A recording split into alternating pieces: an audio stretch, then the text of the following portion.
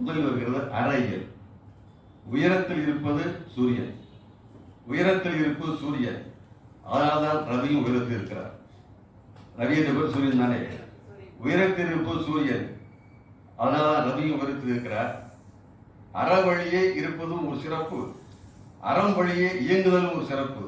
அதனால்தான் வள்ளுவன் அறத்தை வலியுறுத்தினான், அறப்பாலை முன்னிறுத்தினான். திருக்குறளின் தலைவாசல் அறம், திருக்குறளின் தலைவாசல் அறம். அதை திறக்க வருவது ரவியின் கரம்.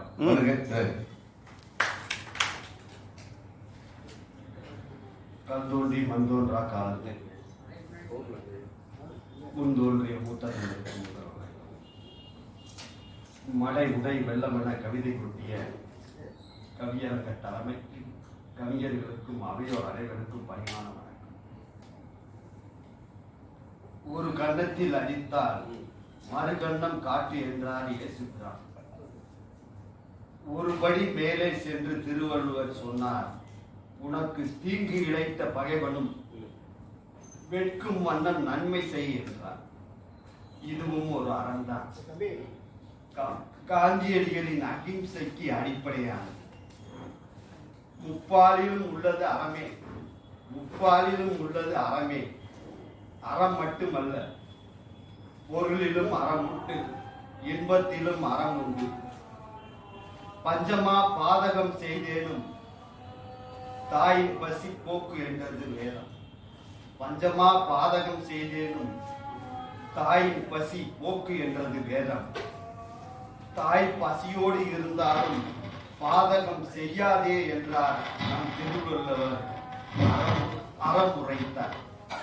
அடுத்தவருக்கு தீங்கு நினைத்தால் அறம். எவ்வுயிரும் தன்னுயிராய் நினைத்தல் அறம். வன்முறை விரும்பாதிருத்தல் அறம். மனசாட்சிப்படி நடத்தல் அறம். பிறர் கண்ணீர் துடைத்தல் அறம். நேசக்கரம் நீட்டுதல் அறம். மனித நேயம் காட்டுதல் அறம். உதவிடும் உள்ளம் அறம்.